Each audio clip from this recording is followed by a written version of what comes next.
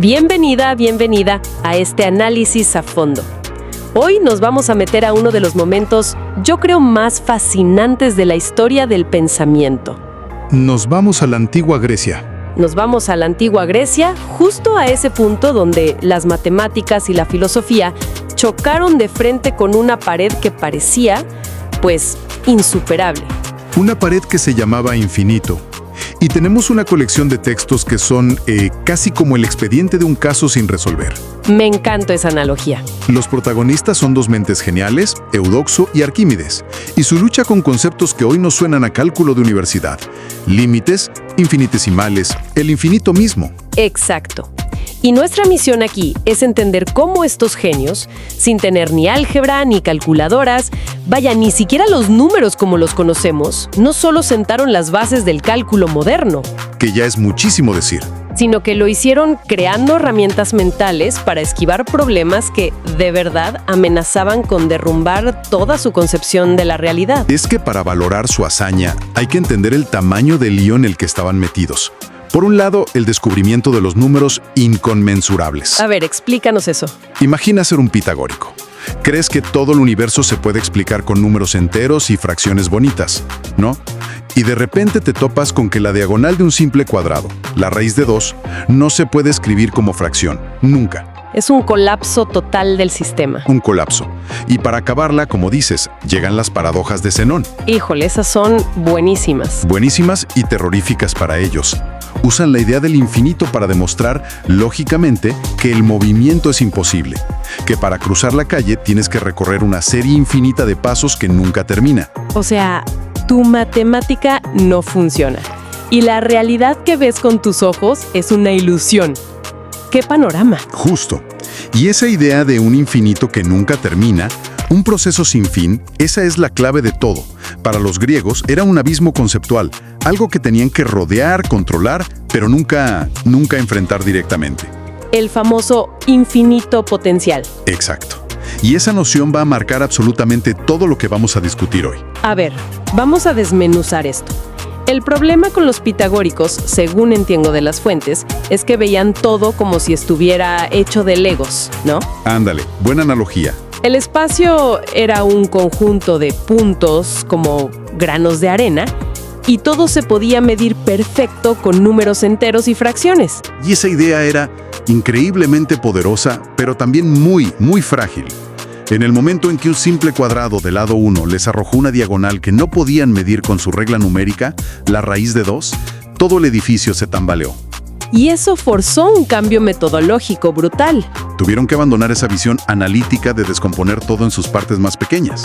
Y la reemplazaron con una visión sintética. Un momento, ¿sintética?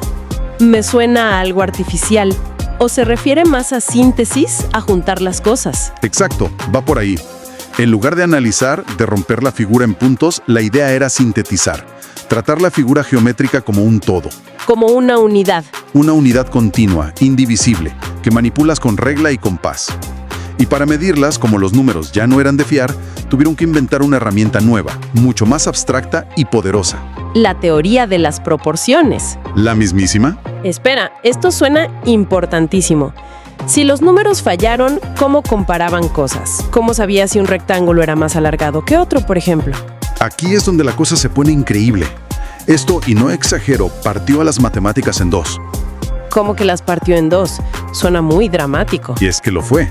Porque por un lado tenías la aritmética, el mundo de los números, que quedó relegado a contar ovejas, por así decirlo. ¿Ok? Y por otro, la geometría, que se convirtió en el refugio de la verdad, el rigor y el pensamiento abstracto. Esa división, esa desconfianza en los números para describir el espacio, duró casi 2000 años. 2000 años. Hasta la época de Descartes. ¡Qué bárbaro! Entonces toda la matemática avanzada se hacía con dibujitos. Y aquí es donde entra Eudoxo con su famosa teoría de las proporciones. Estoy viendo la definición formal en los textos y la verdad es un trabalenguas con letras y variables. Sí, especie imposible de seguir en audio. ¿Cómo funciona en la práctica? Olvídate de la fórmula. Mejor pensemos en algo más práctico. Imagina que tienes dos recetas para un pastel y quieres saber si la proporción de harina a azúcar es la misma en ambas. Ok. Pero tus tazas de medir se rompieron y solo tienes, digamos, puños para medir. Ok, te sigo. Un método bastante rudimentario. Pero ingenioso. El método de Eudoxo te diría, a ver, agarra 3 puños de harina de la primera receta y compáralos con 2 puños de azúcar de esa misma receta. Ajá. Si ves que la harina es más que el azúcar, entonces para que las recetas sean idénticas en proporción, 3 puños de harina de la segunda receta también deben ser más que 2 puños de azúcar. Ah, ya veo. La relación se tiene que mantener. Si en una es mayor que, en la otra también tiene que ser mayor que. Precisamente. Y esto tiene que funcionar para cualquier combinación de puños que se te ocurra. 5 y 7, 10 y 3, la que quieras. Para todas. Para todas. Si la relación de orden, ya sea mayor que, menor que o igual a, se mantiene siempre idéntica en ambas recetas para cualquier comparación que hagas, entonces Eudoxo dice, listo, las proporciones son iguales. ¿Y nunca necesitaste saber cuántos gramos hay en un puño? Jamás. No, bueno, es una genialidad. Es darle la vuelta por completo al problema. Están diciendo, no podemos medir estas cosas, así que vamos a inventar una forma de compararlas que no necesite medidas.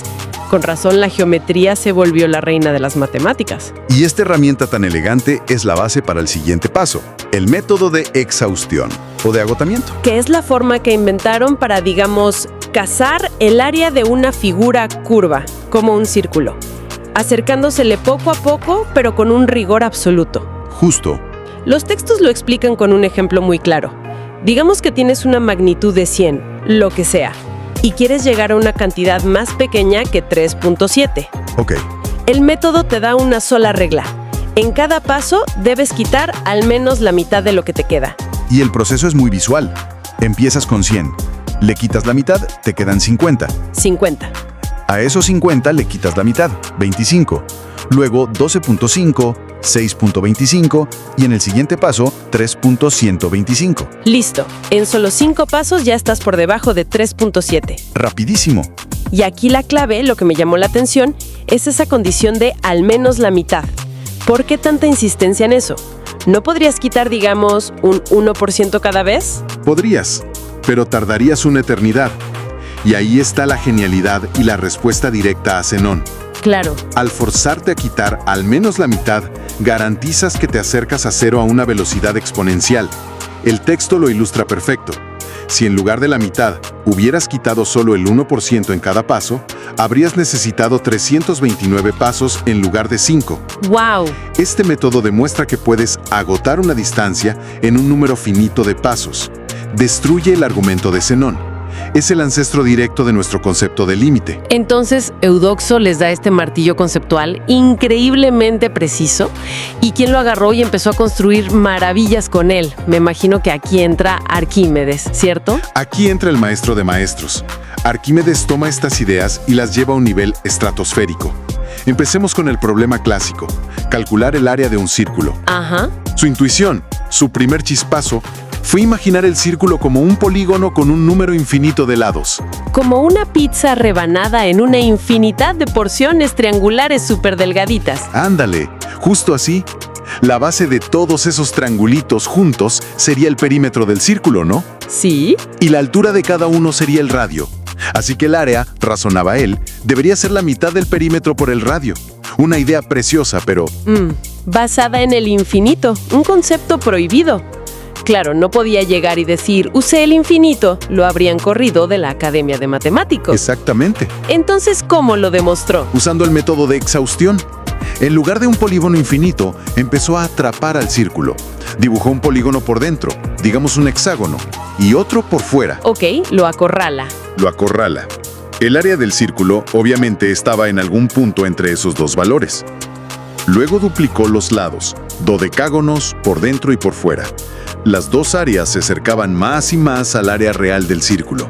Y las fuentes dicen que siguió así hasta llegar a polígonos de 96 lados. Sí, obteniendo una aproximación de pi increíblemente precisa para la época. Pero eso sigue siendo una aproximación por muy buena que sea. Para que fuera una demostración matemática necesitaba algo más. Y aquí es donde saca su arma secreta, la doble reducción al absurdo. Suena a movimiento de lucha libre. Totalmente. ¿Y es igual de demoledor? Es un argumento por eliminación pura, para probar que el área del círculo, llamémosla A, es igual a la de un triángulo muy específico, T. Ajá. Primero dice, supongamos que A es mayor que T.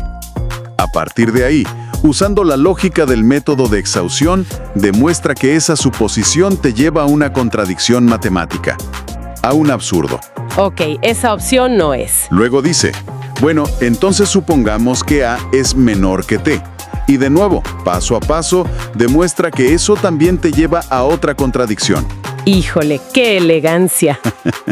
Si no puede ser ni mayor ni menor, entonces por pura lógica no le queda de otra más que ser igual. Caso cerrado.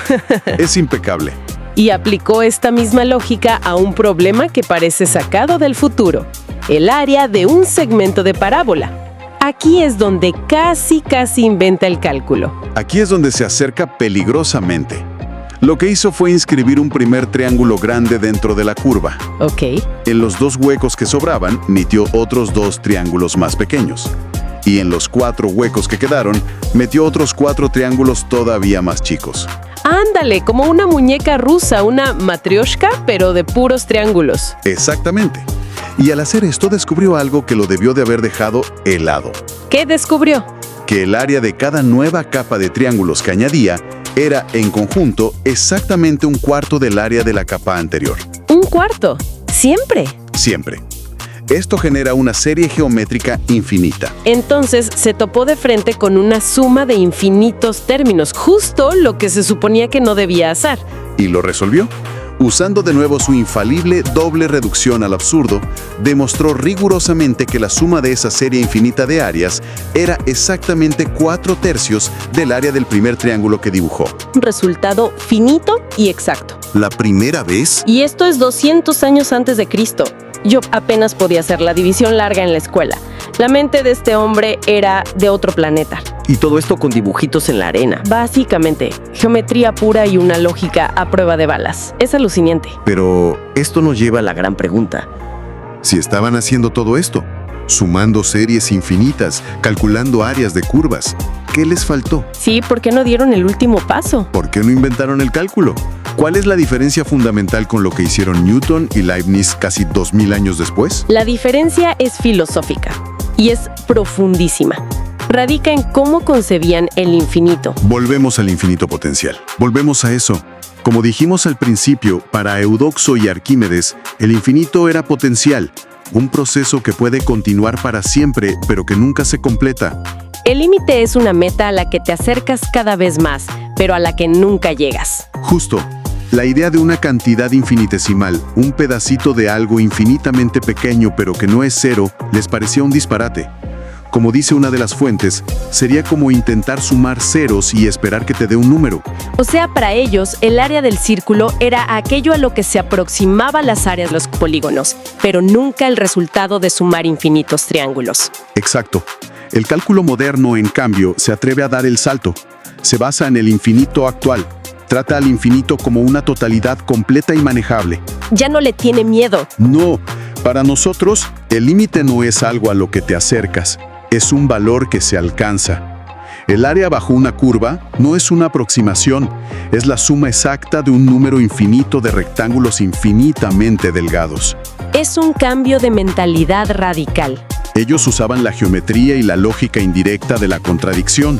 Nosotros usamos el poder del álgebra y el concepto directo del límite. Es pasar de rodear el abismo a construir un puente sobre él. Entonces, para ir resumiendo, ¿qué nos llevamos de este análisis?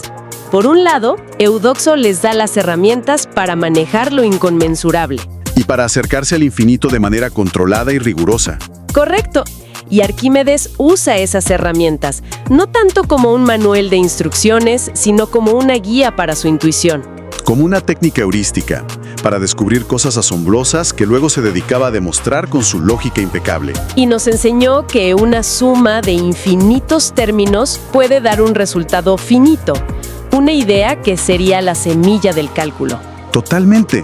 Y hay un último punto en las fuentes que me parece que amarra todo esto a la perfección. Sí, es fundamental mencionarlo. Se le conoce como el axioma de Eudoxo-Arquímedes. Suena complicado. Pero la idea es de sentido común. Si tienes dos magnitudes desiguales, digamos una vara larga y una corta, siempre puedes sumar la corta suficientes veces para que su longitud supere a la larga. Parece obvio, ¿no? Si sumo una piedrita a sí misma muchísimas veces, en algún momento superará el tamaño de una montaña. Parece obvio, pero las implicaciones son brutales. Al establecer eso como un principio fundamental, una regla del juego, excluyeron de su sistema, por definición, la posibilidad de que existan cantidades infinitamente pequeñas. A ver, ¿cómo? Un infinitesimal es tan pequeño que por más que lo sumes 1.000.000 de veces, nunca alcanzaría el tamaño de la vara corta. Ah, claro. Así que, con ese axioma, le cerraron la puerta en la cara al concepto clave del cálculo. O sea, construyeron un edificio matemático espectacular y sólido precisamente sobre la base de evitar los conceptos que luego serían la clave para construir un rascacielos. Esa es la paradoja. Aunque para ser justos con Arquímedes, en una de sus obras que se perdió por siglos y fue redescubierta. En un pergamino, ¿no? Sí, un palimpsesto. El libro se llama El Método. Y los textos señalan que ahí sí se permitió jugar con estas ideas prohibidas. A escondidas. Casi. Usaba conceptos de infinitesimales y palancas imaginarias para descubrir sus resultados. ¡Wow! Y eso nos deja con una reflexión final. Arquímedes logró todo esto sin álgebra, sin coordenadas, usando solo geometría, lógica y una intuición visual que hoy pues nos cuesta trabajo imaginar. Sí, es de otro nivel. Y me pregunto, ¿será que nuestra enorme dependencia de las fórmulas, de los métodos algorítmicos que nos llevan de la mano, a veces nos impide ver la verdad más profunda e intuitiva que se esconde en las propias formas? Una verdad que para Arquímedes al parecer era tan clara como el sol de Siracusa.